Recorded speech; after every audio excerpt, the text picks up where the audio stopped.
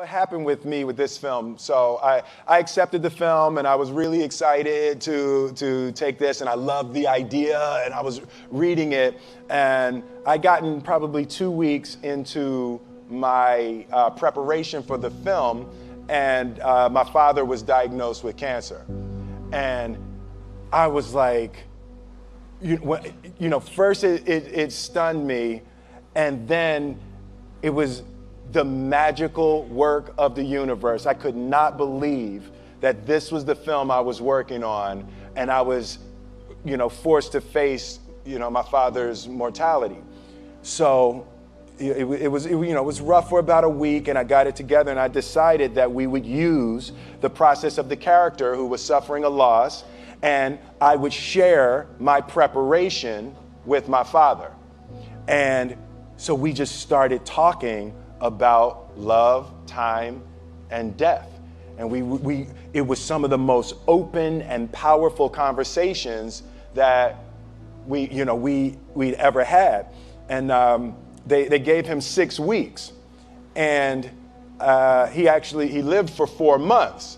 So about 3 months into the 6 weeks, I go to see him one day, and he said, "Man, this shit is embarrassing."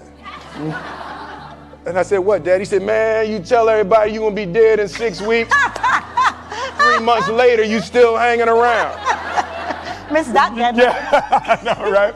But it was so beautiful, and we got to a place that we were talking open and comedically and really. I think I was able to embody the ideas of the loss and also the redemptive quality of the pain. The loss is bound to joy. Like pain and suffering are bound to joy. The being able to survive something is actually a big part of being able to find that next wave of joy. You appreciate smaller things, right? Like, it was so magnificent for me. My father died on November 7th. But it was so powerful for me to be cleansed of box office. Like, I don't need the box office to be huge on this film. I don't need to win any awards. I don't care. It was the film that I worked on that I was actually able to comfortably and beautifully say goodbye to my father. And I hope that this film embodies a bit of that, so other people who are experiencing things like that will be able to use it in that way, and it can potentially be helpful and help someone else. So it was powerful to be cleansed of the foolishness of the game of numbers and awards and all of that type of stuff, to actually be able to create a piece of art that legitimately I just want people to see and hope it can be helpful and transformative in their lives. You're talking about perspective. Perspective, absolutely, yes. Yes. How much does fear play into preventing us from grasping perspective, though? Oh no, fear is everything. Yeah, like if there was one concept that I would suggest to people to take a daily confrontation with, is fear.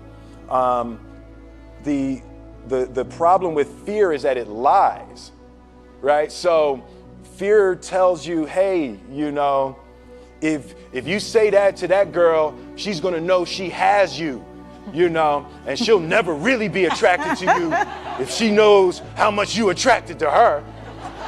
Don't say that. No, how we get her is when she walks by, ignore her. Right, it's it's like pop it on your shoulder. Fear tells you dumb shit like that, right? So for me, the daily confrontation with fear has become a real practice for me since about three years ago. I went skydiving in Dubai, right? And skydiving is a really interesting confront with fear, right? So I gotta stand up. I'm sorry, I gotta stand up. All right. So all your friends, what happens, you go out, I dropped my thing. Yeah. So what happens is you go out the night before and you take a drink with your friends and somebody says, yeah, we should go skydiving tomorrow. And you go, yeah, we'll go skydiving tomorrow. Yeah, yeah. And you go, yeah. And everybody goes, yeah. Right? And you go home and you by yourself, you're like, Right? You're like, well, I mean, they was drunk too. Right? So maybe they not, maybe, I mean, we don't have to go. We don't have to do it. So then that night you're laying in your bed and you just keep, and you're terrified. You keep imagining over and over again jumping out of an airplane and you can't figure out why you would do that, right? And you're laying there and you have the worst night's sleep of your life, but you still have the hope that your friends were drunk, right? So you wake up the next day and you go, down and you say where you were going to meet and everybody's there. You're like, oh, shit. All right, cool. Right? So you get in the van and you don't know that your friends had the same night that you had because they're pretending like they didn't. They're like, yeah, man, my uncle's a Navy SEAL and, this is going to be great. I've been looking forward to this. And you're like, oh, my God. And your stomach is terrible. You can't eat and everything, but you don't want to be the only punk who doesn't jump out of this airplane. So you get there and then you have this safety brief. And you're standing there, and the guys will tell you, well, if the chute doesn't open, what's going to happen is you're doing, well, why the hell, what could happen? That the chute wouldn't open, right? So you do a thing, and what you do is your first jump, you're attached to a guy who is going, he's going to walk you out. So you go, and you get there, and there's an airplane, and nobody's stopping. Everybody's still going. So you get onto the airplane, and you're sitting there, and it's extra because you're sitting on some dude's lap, some stranger. He's sitting on his lap, and it's like, you trying to make small talk. Yeah, man. So you be jumping with people all the time, huh? Right? So, and then you just want to make sure, you got kids, right? You got people you need to see, right? You just want to make sure he's serious, right? So you get in there, so everything's normal. So you fly and you go up to 14,000 feet, and you notice there's a light. It's red, and it's yellow and green, right? So right now the light's red. So then you start thinking at some point the light's going to go green, but you don't know what's going to happen, right? And you wait and it goes yellow and the light goes green and somebody opens the door, and in that moment you realize you've never been in a freaking airplane with the door open. Right? Terror. Oh, sorry, I'm spitting. Oh, sorry. No, terror. Right? So you go, and then, if you were smart, you sat in the back so you don't go first, right? And then people start going out of the airplane. And you go, and the guy walks you up to the end of the thing, and you're standing, and your toes are on the edge, and you're looking out down to death. And they say, on 3. And they say, 1, 2, and he pushes you on 2 because people grab on 3, right? Right? And you go, and you fall out of the airplane, and in 1 second, you realize that it's the most blissful experience of your life. You're flying, right? It doesn't feel like falling, right? It's like you actually are kind of held a little bit by the wind, and then you start falling, and there's zero fear. You realize that the point of maximum danger is the point of minimum fear. It's bliss. It's bliss, and you're flying, right? And you're doing that, and then 20 seconds, 25 seconds, 40 seconds, and you have enough time to just kind of be like, oh, shit, that's that building. That's not like that one. Oh, you can see the ocean. Right? You start doing all of that, and the lesson for me was, why were you scared in your bed the night before? What do you need that fear for? Just don't go. Why are you scared in your bed 16 hours before you jump? Why are you scared in the car? Why could you not enjoy breakfast? What did you need that? The fear is fear of what? You're nowhere even near the airplane. Everything up to the stepping out, there's actually no reason to be scared. It only just ruins your day. You don't have to jump. And then in that moment, all of a sudden, where you should be terrified is the most blissful experience of your life. And God placed the best things in life on the other side of terror. On the other side of your maximum fear are all of the best things in life. You know? So that was sorry. So that was, no, it's good. That was my experience with skydiving and fear. All right. All right. So practically speaking. But I didn't like that take. I'm going to do it again. Back to the top. I can sell that better. Oh, no. But when you decide to do something like that, like how does it work practically? Do you call your wife and be like, I might be dead tomorrow? Right. No, but that's. But I made a drunk promise. Yeah, I made a drunk promise. Yeah. Here, how about this? So I jumped. I had such a mystical, powerful spiritual experience. I flew home and got my sons, and I went back, and 10 days later, my sons jumped, right? Yeah. Now, that was a little different. Oh, see, that makes me stand up, right? Because I'm scared, right? So Jaden went first, right? Jaden wants to do everything first. So I'm sitting there, and I'm like, yeah, my sons are going to have this crazy experience. And then Jaden went out of the airplane. And I was like, Then my oldest son, Trey, goes up, and he goes out of the airplane. And I was like, this could potentially be the worst display of African-American parenting in history. Right? I was like, both my sons just fell out of an airplane. Jump. Right? Jump. Right? Because I told them to. But again, the fear again. I was like, oh my God. So I told the dude, I was like, listen, I want to see them go out, but I also want to see them land. And he's like, no, it's cool. So this time we went out and we did the straight bullet, and I just went straight down past them. Right? I was like, and he's like, good. Right, did the bullet straight past, pulled the chute late. Oh, sorry, it makes me spit. I'm sorry. Pulled the chute late, landed, and then videoed them coming down. But it was like, they had the same thing, the same experience with the fear. But that I'm telling you, the confrontation with fear is an absolute magical way of facing the things we have to do in this life. You know, forget security, live for experience. All right. Now, you say you learned that 3 years ago. Yeah. Amazing. What about these small things that we get afraid about, right? So you are the funny guy, and you come along and everybody expects to be entertained in summertime, right? Like, are you ever afraid that you're like, you know what, today I'm really not feeling Jazzy Jeff. Like I'm just, I don't want to be that guy today. So this whole movie, you were not that guy. Not that guy, right, yeah. Do you have fear of that, of like disappointing people because like, you're supposed to be funny and cool? Yeah, you know, the thing that's been one of the major confronts for me in my life over the past 3 or 4 years. Like, Will Smith is an idea, right? So there's parts of that's me, but that character from The Fresh Prince of Bel-Air was who I was 26 years ago. I love it. You see? They love it, right? Exactly. You people are this man's crack. Okay?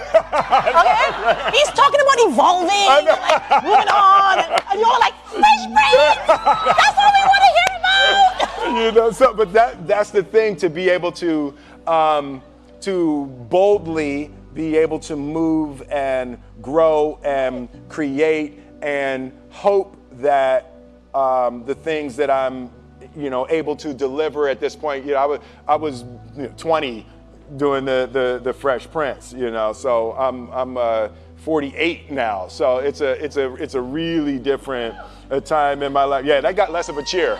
Yeah, like woo! They're like, tell us what that's like. Yeah, I know, right? Yeah. Yes, girls, yes.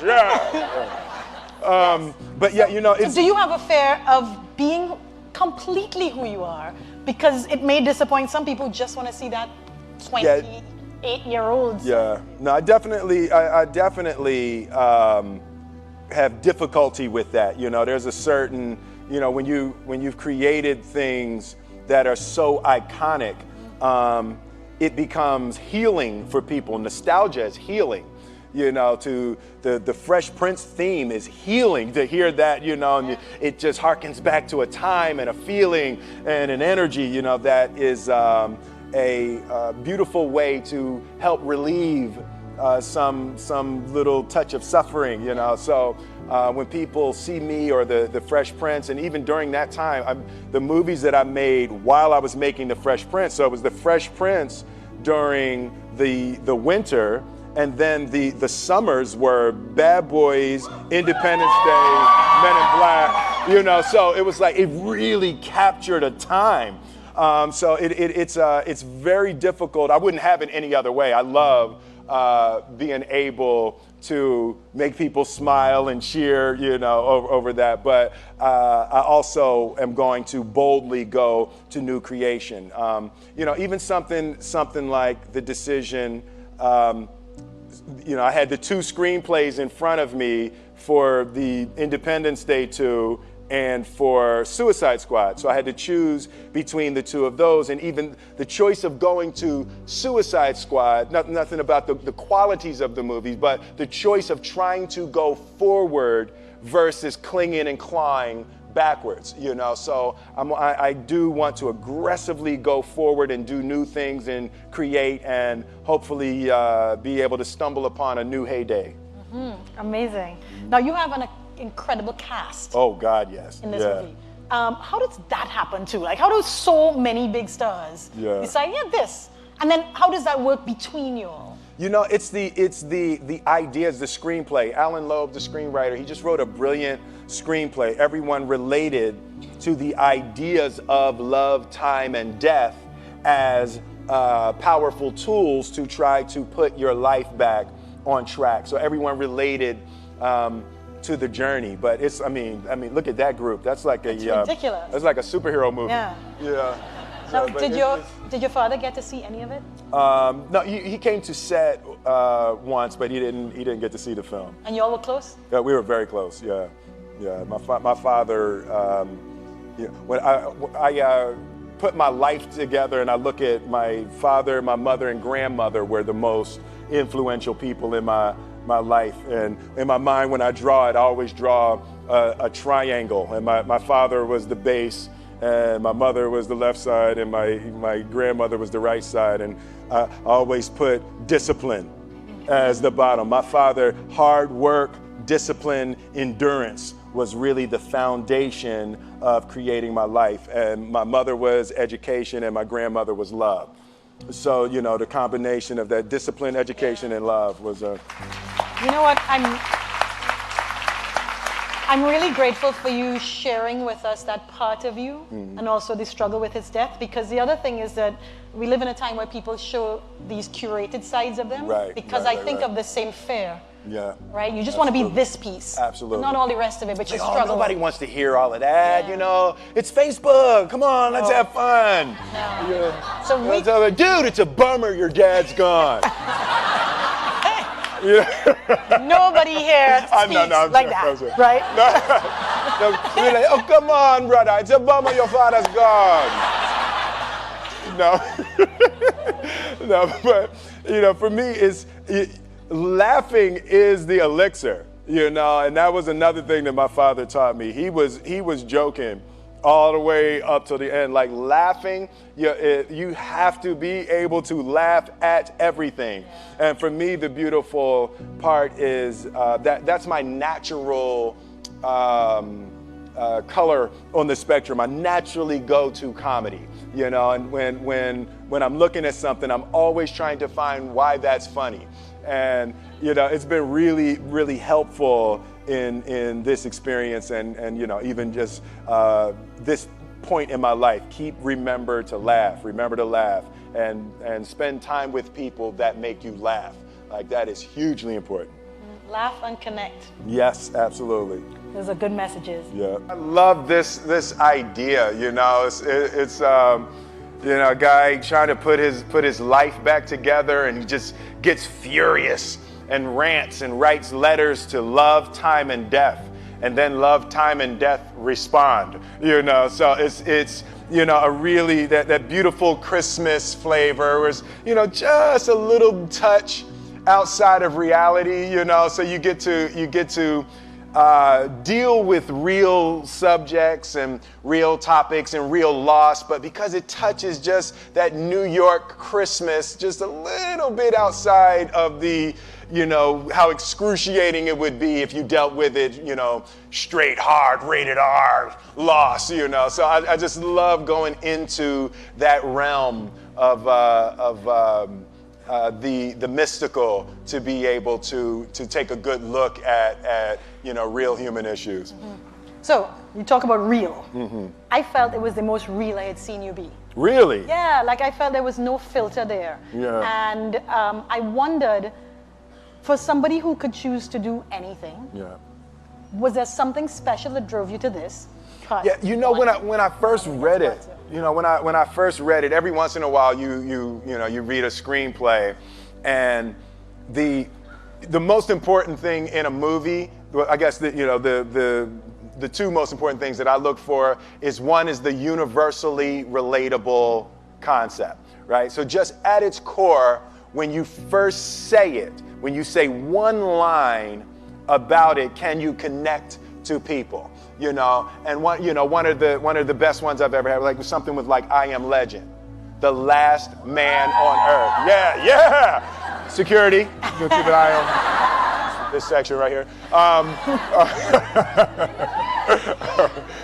But it's like when you just have that one thing, and with this it was a little bit heavier, but it was a guy trying to put his life back together after an extreme loss. Right, so people can relate to that. That's an extremely relatable idea. And then I flip to the last 10 pages and the ending. It's like, this is a movie that has lots of twists and turns, but then even within the last 10 pages, there's still another surprise. When you can send people out of a movie theater with another surprise,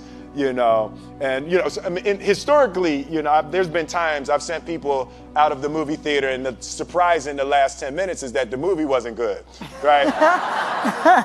So you want to avoid that surprise. You want to avoid that one. But with this one, it had such an interesting turn in the end of it. It was one of the most fun screenplays I've ever read. Why are you doing movies at all still? Like, you're rich. Yeah. You could, as we say, cock up your foot and rock back. Cock up my foot and rock back. Yeah. I love that. That's just fantastic. What is getting you out of bed to still go and do this thing? I enjoy connecting with people and ideas, and I have a mission statement. So every year for probably the past 10 years, I've worked out a mission statement for myself. And for the last few years, the mission statement has stayed the same, and it's been improve lives, right? So when I go into something, I'm looking for how the quality of this piece could potentially improve lives. But it's all along the way. It's when you make the movie and how you're interacting with people in the process. And the concept of improving lives runs through the center of everything I do. And then I realized that the way to improve lives is to continually improve yourself, right? So with that, every morning when I get out of the bed, I haven't fixed everything in the world yet, so there's always something to do. And in this film, I read an interesting quote from the Siddhartha Gautama, the Buddha. He said that good people have to get out of the bed every day and try to empty the ocean with a ladle, right? And I thought that was, I knew that was profound, and I paused for a second, and I said, all right, what the hell is a ladle, right? Right, so then, I touched it on my iPad, it's ladle. Oh, it's like a big spoon, okay. As we it's say, like a soup spoon, yeah, it's like a soup spoon. I was like, why do you use a soup spoon? So trying to empty the ocean with a soup spoon, as the mentality of how you wake up every day to try to do good in the world. So for me, I'm really driven by continually trying to elevate my mind and elevate my spirit and care for my body, and to be able to love as many people as effectively as possible with this mystery of life that I've been given.